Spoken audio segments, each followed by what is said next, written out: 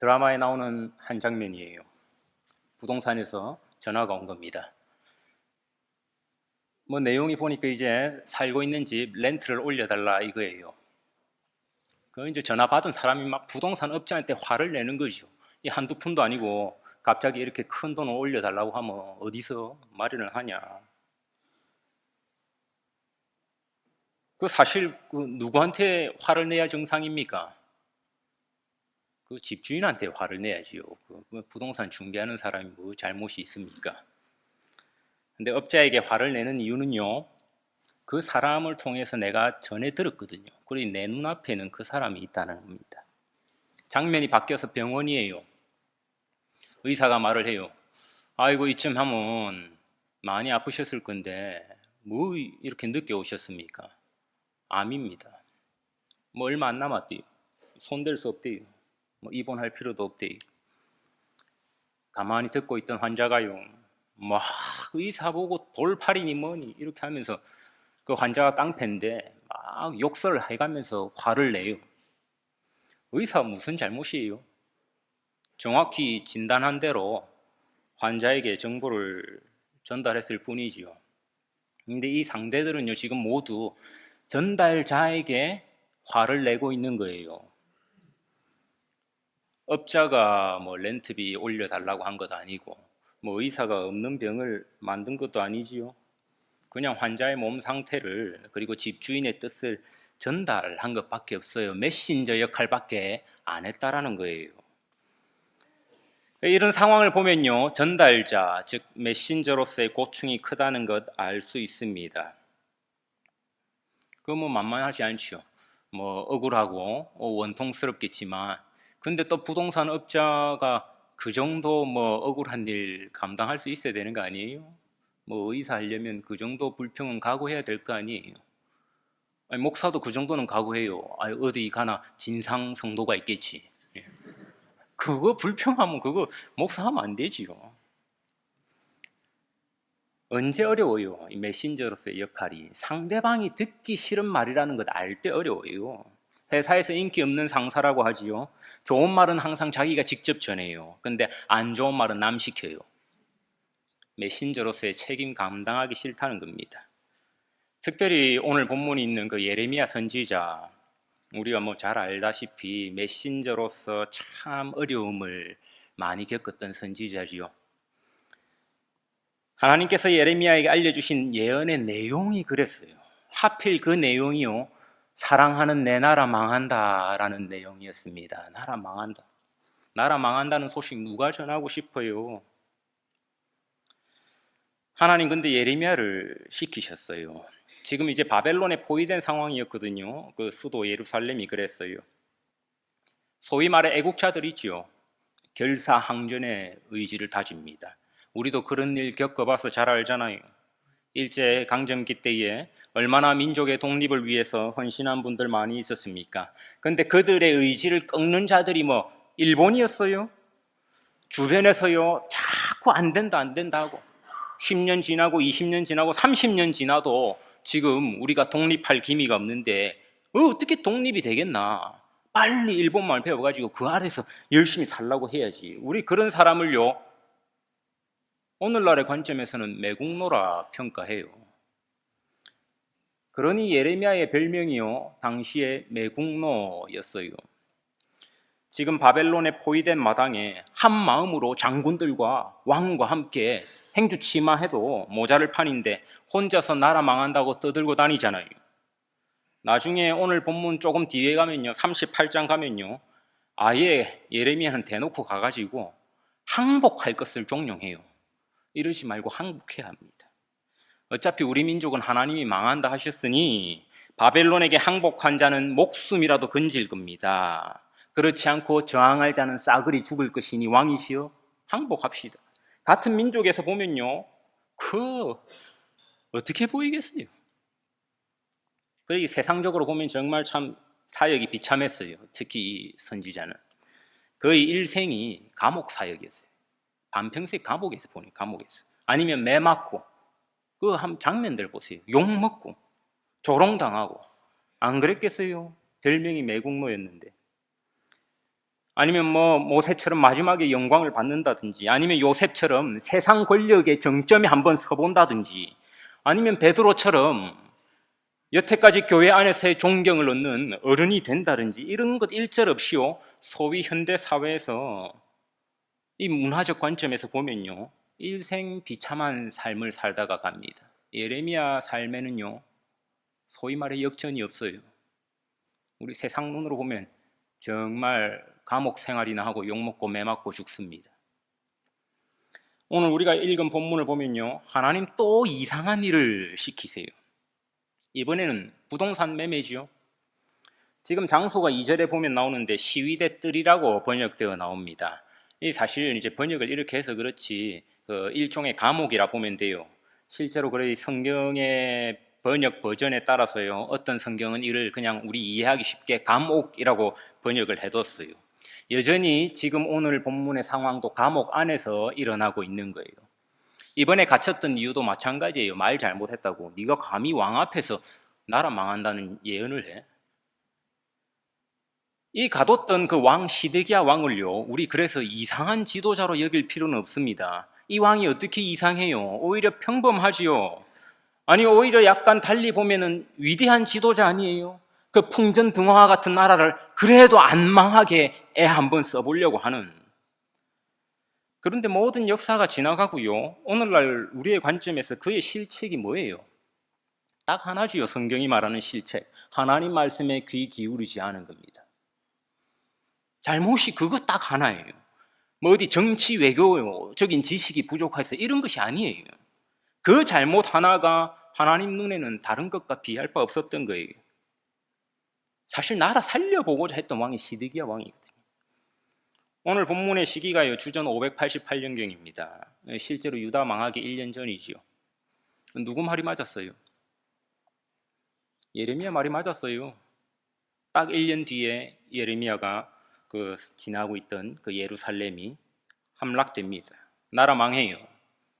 그리고 2000년이 지나도록 찾지 못하지요. 그 오늘 하나님 시키신 일을 한번 보세요. 예레미야에게 땅을 사라 합니다. 너 부동산 거래 좀 해야겠다. 7절에서 말하는 기업 물을 권리라는 것, 고엘이라고 하지요. 그 기업이 가족이나 지파 손아귀에서 벗어나지 않도록 어려운 형편에 처하게 되면요, 그게 이제 친인축 순서대로 전해지고 전해져 가지고 대사할 수 있는 사람이 사게끔 하는 것을 고엘이라고 합니다. 지금도 마찬가지예요. 우리나라 기업이 도산하게 생겨가지고 뭐 이 외국 자본에게 넘어가겠다 싶으면은 어쨌든 국가에서는 그거 한번 살려보려고 합니다. 그런 것과 같은 구약 유대의 관습이에요. 레위기에서 하나님 명하셨어요. 그러니까 이게 예레미야 차례까지 돌고 돌아온 겁니다. 왜 그러냐니까 지금 예루살렘이요, 즉 나라의 수도가 바벨론이라는 강대국에 오랫동안 포위되어 있었거든요. 물론 우리 내부적으로는 결사항전 다짐해요. 우리도 한번 해보자. 우리도 이순신처럼 한번 해보자. 뭐 역사 좀 뒤바뀌긴 했지만, 하지만 상황이 객관적으로 좋지 않다는 거 사람들 기민해서 그거 다 알잖아요. 입으로는 해보자 하면서도. 그러니까 그 땅을 안 사는 거예요. 물려 예레미야까지 온 겁니다. 정말 어리석은 사람 아니고 그거 살 사람 없지요. 예전에 북한과 관계 좋지 않으면요, 북한이 뭐 미사일만 쏘고 뭐 액션 조금만 취하면 우리나라 주식 시장이 막 외국 자본 빠져나가고 난리가 났어요. 당연한 거예요. 전쟁 날 수 있는 나라의 주식, 누가 그걸 사거나 보유하고 있겠어요? 지금 남유다라는 이 예레미야의 나라 망하기 직전입니다. 1년 후에 망해요. 물론 사람들은 뭐 확신할 수는 없지만 어느 정도 다 예감은 있어요. 1년 뒤에 나라가 어떻게 갑자기 몰락할 수 있겠어요? 지금 계속 포위된 상태잖아요. 분위기가 점점 옥죄어져 온다고요. 자본주의가 발달한 오늘날이야 자산의 형태가 훨씬 다채롭지요. 자기 재산을 관리하기 힘들어가지고 자산관리사라는 직업도 있습니다. 뭐 토지나 상품이나 뭐 원료, 주식, 뭐 여러 가지 지적 자산, 참 이런 개발권이나 영업권 등 자산의 형태가 여러 가지입니다. 우리도 마찬가지죠. 어찌 보면 오늘날 제일 매력 없는 자산 중에 하나가 현금 아닙니까? 캐시. 요즘 캐시 그래도 이율이 높아가지고 좀 괜찮다던데 4, 5% 되지요, 그죠? 근데 뭐 1% 이럴 때 캐시 들고 있을 수 있습니까? 특히 기독교인들은요, 또 하나님 나라의 가치를 잘 구현하는 기업에 또 잘 투자할 필요가 있습니다. 뭐 신자와 비신자가 같은 기준으로 주식 매매하면 그 곤란하지 않겠어요? 지난주 한 주간 저도 그 나스닥에 폭풍이 휘몰아치는 것을 봤습니다. 뭐 테슬라 뭐 260, 280에 물린 분 없지요? 뭐 엔비디아 뭐 젠슨 황 찬양 회사더니 뭐 난리 났대요. 요즘 코인 같은 것도 자산이라 하잖아요. 비트코인 이런 암호화폐는요, 장마감도 없어요. 지금도 시시각각 변하고 있습니다. 나중에 확인하세요, 휴대폰으로. 예, 나중에. 거의 쉴 틈을 안 줘요, 우리한테. 하지만 지금으로부터 2500년 전이거든요. 그 당시 자산의 형태는 오늘날보다 훨씬 단순했어요. 가장 중요한 자산이 뭐였겠어요? 1순위. 땅이었습니다. 토지. 오늘날은 뭐 사실 크게 매력이 있다고 할 수는 없지요.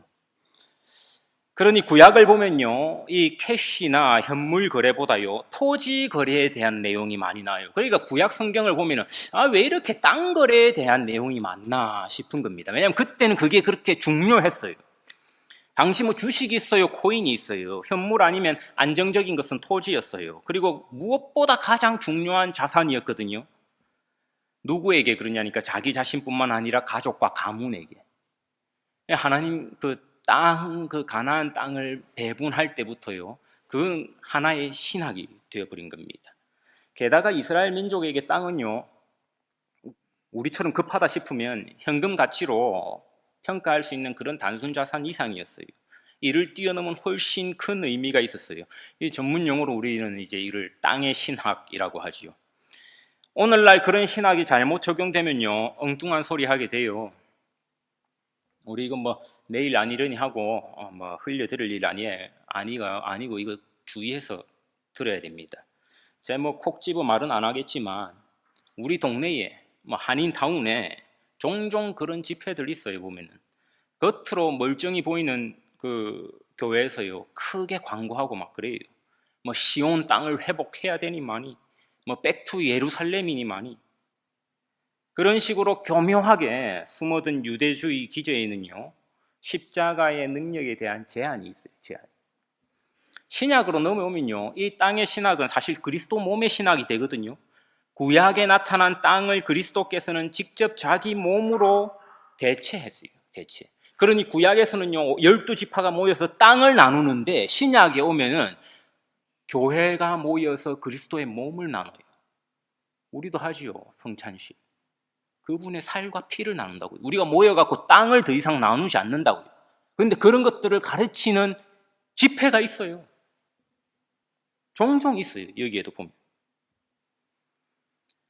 오늘날 문자적으로 땅이 그런 의미 가지고 있지 않습니다. 너무 목매지 마세요, 거기에.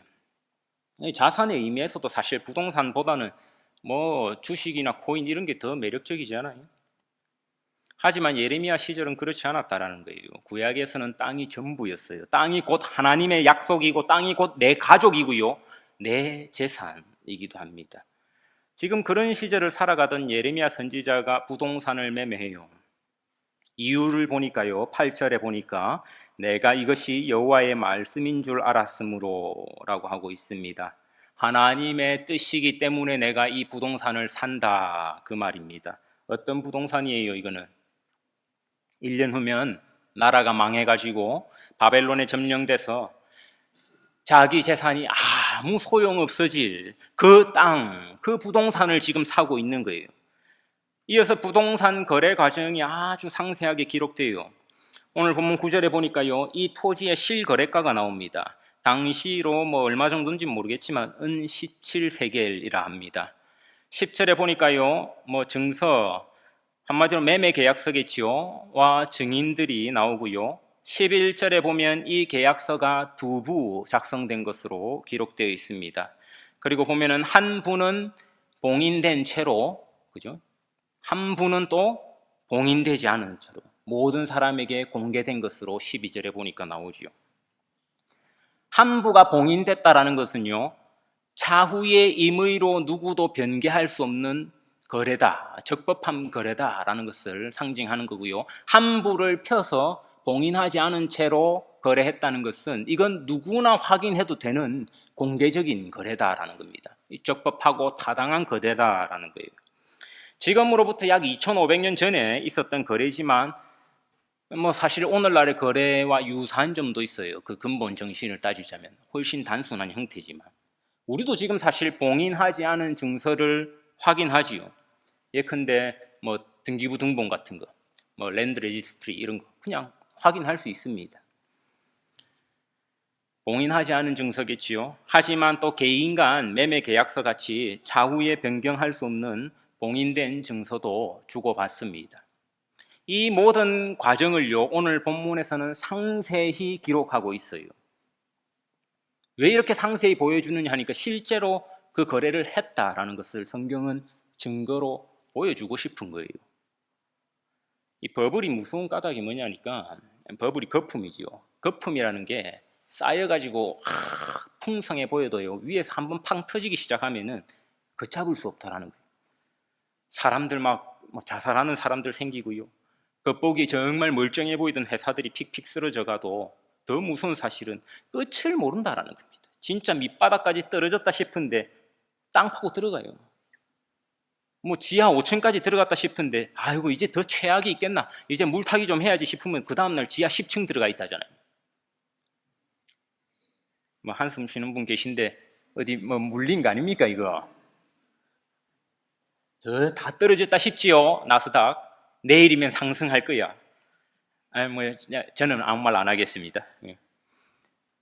그러니 법을 꼈다 싶으면요, 우리가 거기 숟가락 얹으려고 하지 않아요. 상식입니다. 뒤늦게 한 숟갈 나도 떠먹어야겠다 하다가 거품 터지기 시작해요. 지금 예레미야는 사실 이보다 더 최악의 상황에 숟가락을 얹은 꼴입니다. 자기가 자기 입으로 나라 망한다고 예언했잖아요. 그래 놓고 그 망할 나라의 땅을 자기 재산 팔아가지고 사고 있다고요. 그것도 수많은 증인들 앞에서 정식 절차를 밟아가지고 성경이 그걸 기록하고 있어요. 지금 뒷거래 해가지고요, 후려치고 여러 가지 옵션 넣고 해도 모자를 파네 보란듯이 정직하게 부동산 거래를 합니다. 순종이 가장 빛나는 순간이 언제일까요?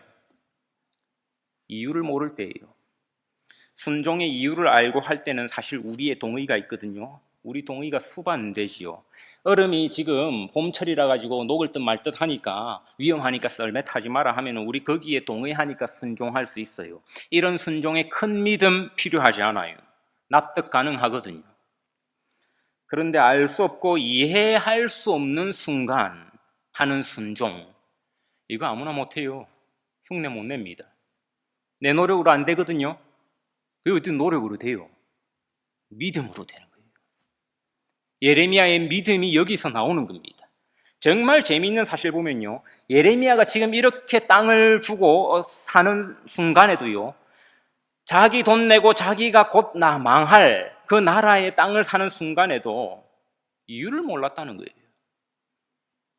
왜 도대체 합니까? 아까도 봤지만 하나님 말씀이기에 했다는 겁니다. 그러니 그 순종이 빛나지 않을 수가 있습니까? 이 거래, 즉 계약서에 서로 다 도장 찍고 나서요, 그제서야 예레미야도 인간 아니에요. 한 사람이잖아요. 자기 답답한 마음을요, 하나님께 토로합니다. 우리가 믿음 약할 때는 어떻게 해요? 하나님, 나한테 이유 좀 설명해 주세요. 이런 일 생긴 이유, 나를 설득 좀 해주세요. 이제 곧 망할 나라의 부동산 사야 할 이유 나한테 좀 알려주시면은 내가 한번 고민해 볼게요. 예레미야는 그 순서가 지금 바뀌어요. 먼저 순종하고요, 그 다음에 이유를 묻습니다. 사실 따져요. 사람이니까 그럴 수 있지 않겠어요? 선지자들 똑같은 사람이잖아요.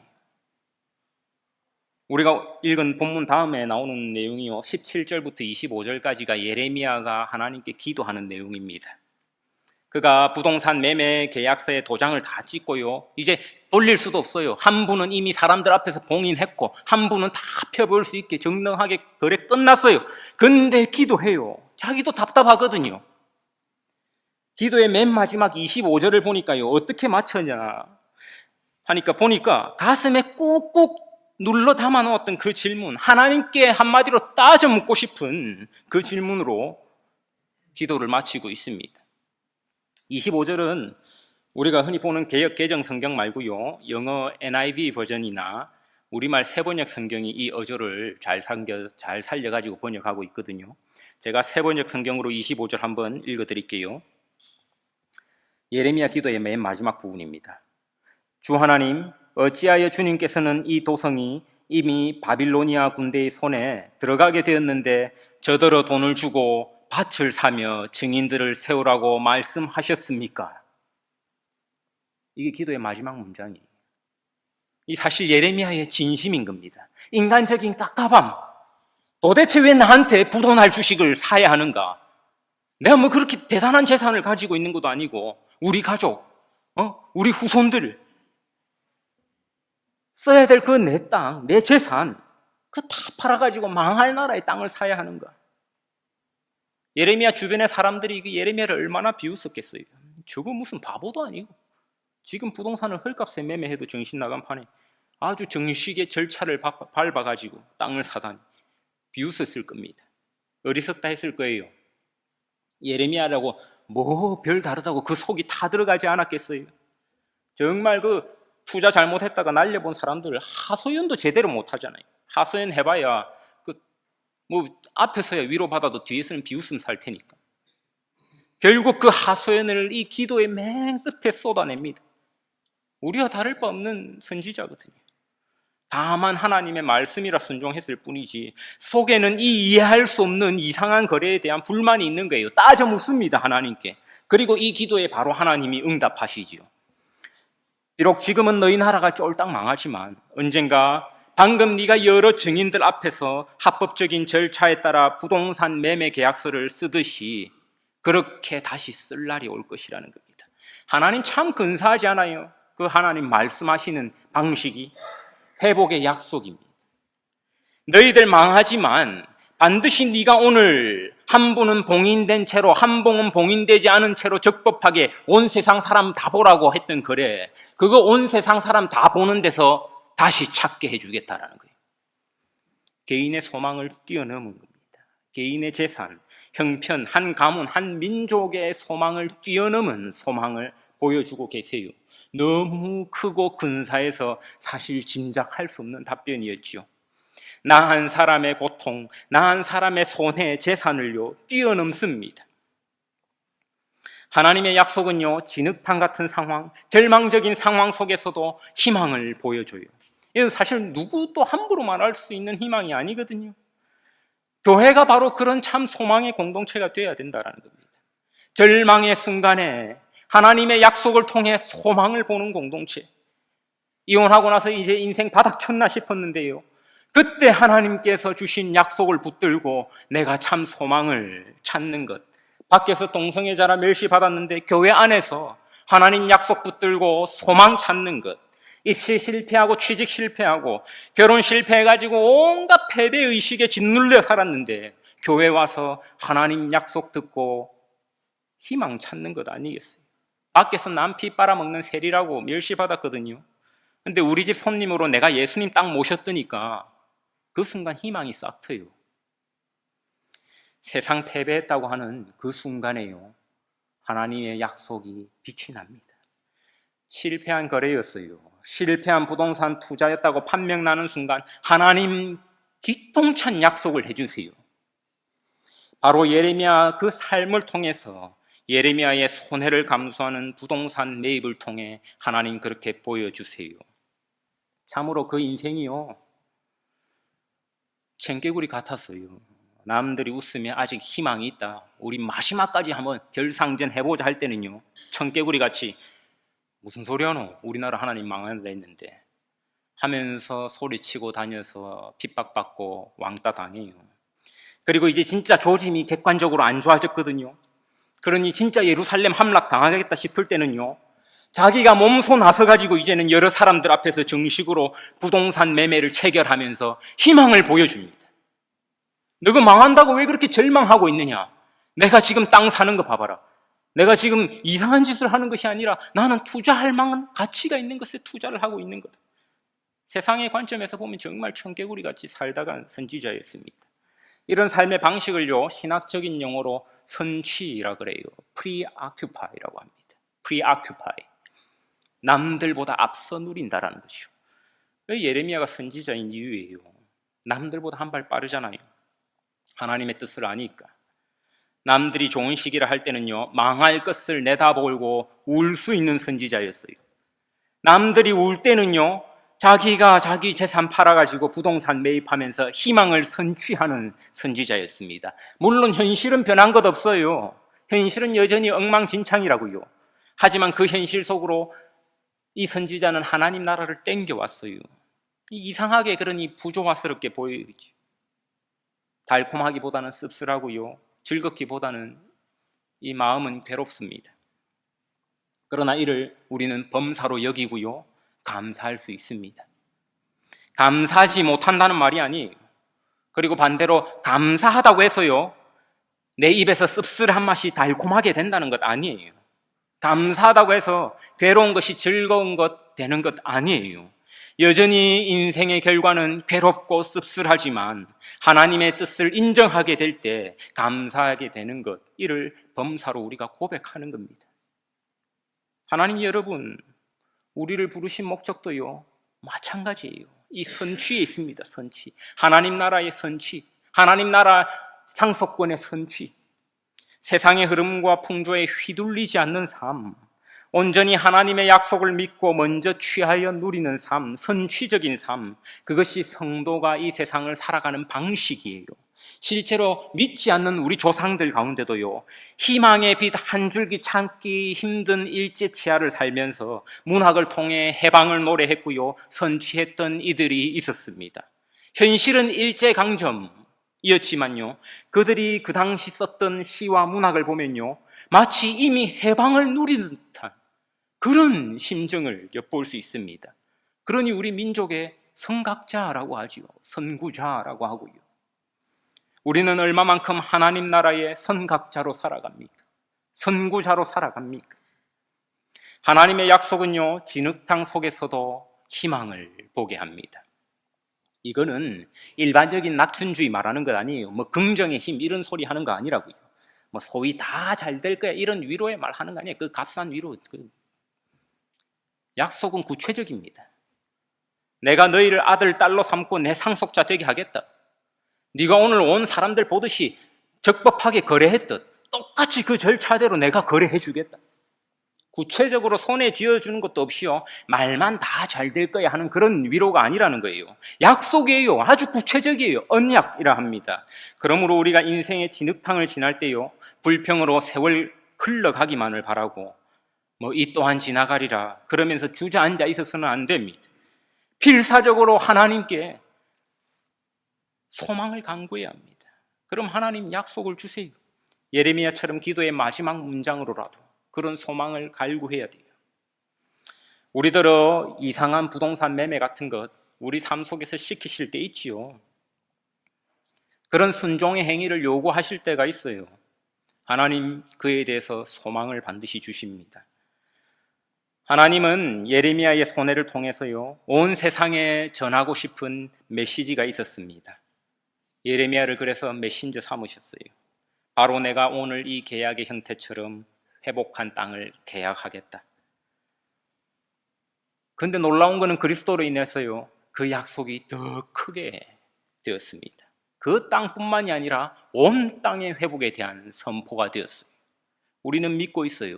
아직 완전히 성취되지 않은 그 약속, 하나님을 대적하는 온 세력들 앞에서 예레미야에게 했던 바와 같이 이 세상 당당하게 이 온 땅이 자기 것이라 계약하는 그날을 우리는 고대하고 있습니다. 반드시 이루어질 거예요. 하나님 우리를 일상 속에서 또 그렇게 부르세요. 오병이어의 기적과 같은 일로도 부르시지요. 또 가나의 혼인잔치 같이 그런 신나는 잔치자리로도 부르시지만 때때로 예레미야에게 하신 것처럼요, 정말 왜 이러나 싶을 정도로 손해보고 괴로운 일로도 우리를 부르세요. 그러니 하나님 나라를 선취해서 맛보고 살아가야 할 성도들이 오로지 현실만을 살아간다, 예컨대 손해 감수하는 법을 모른다, 그거 현실만 알아서 그래요. 오늘만 알아서 그런 거예요. 약속을 믿지 않으면요, 내 눈앞의 것만 보게 되거든요.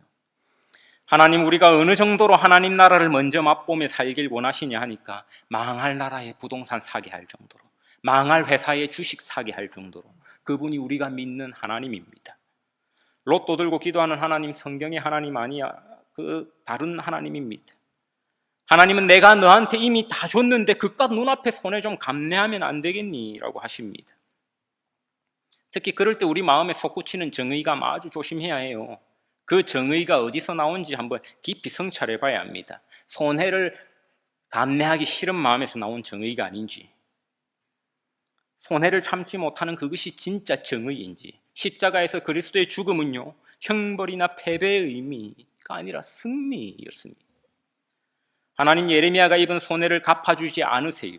땅값 물어주지 않으세요. 그의 일생 동안에는 손해를 손해라 부르지 말라 하시는 것도 아닙니다. 고통이 고통이 아니라 하시는 것도 아니에요. 손해를 감내하라 하십니다. 고통을 인내하라 하십니다. 너의 손해를 통해 나의 뜻이 전달될 수 있다면 너는 손해를 감수하라. 그것이 메신저가 감내해야 할 위험입니다. 전도자가 감수해야 할 대가예요. 하나님 일일이 갚으실 이유가 없으세요.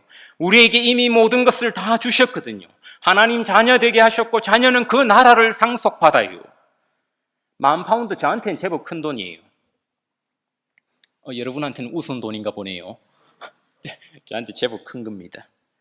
그거 누구한테 투자하면요 10년 뒤에 10,000배로 1억 파운드로 받을 수 있다 칩시다. 그런 사람이 있는 건 아니에요. 그런 거래가 어디 있어요. 그럼 무리가 돼서라도 10,000파운드 투자하겠지요. 근데 대신에 10년 동안 인출은 불가하다고요. 그럼 캐시플로우가 막히니까 좀 답답할 때 있지 않겠어요? 깝깝할 거예요. 어떨 때는 힘들 거예요.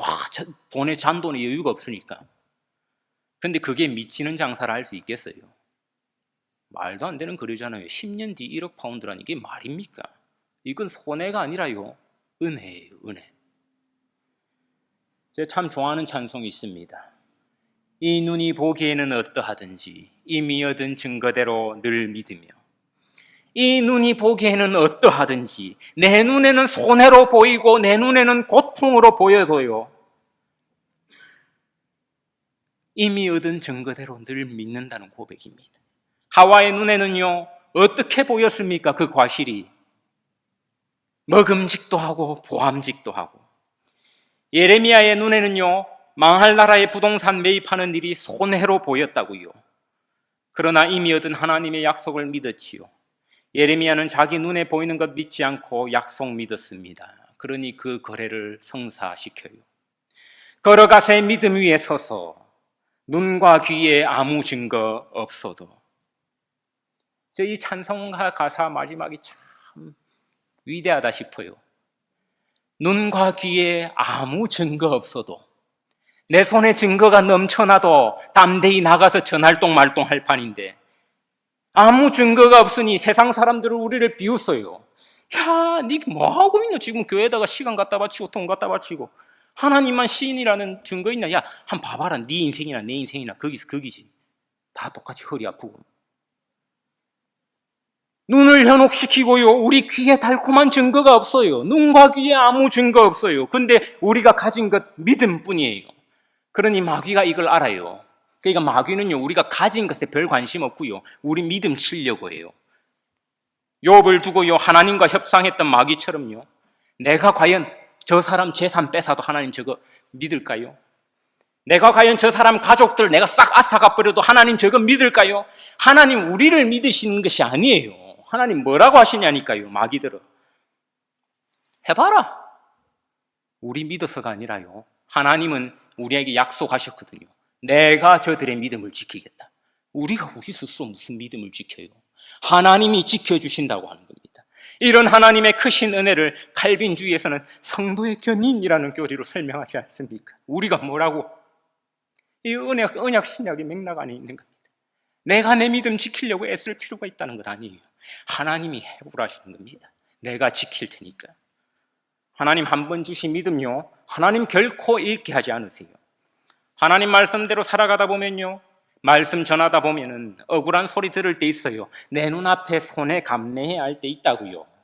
그런 순간에도 예레미야처럼 이미 얻은 하나님 약속 믿고 괴로워하는 중에도 그 손해를 감내할 수 있는 우리 교회 성도님들 되시기를 간절히 축원합니다.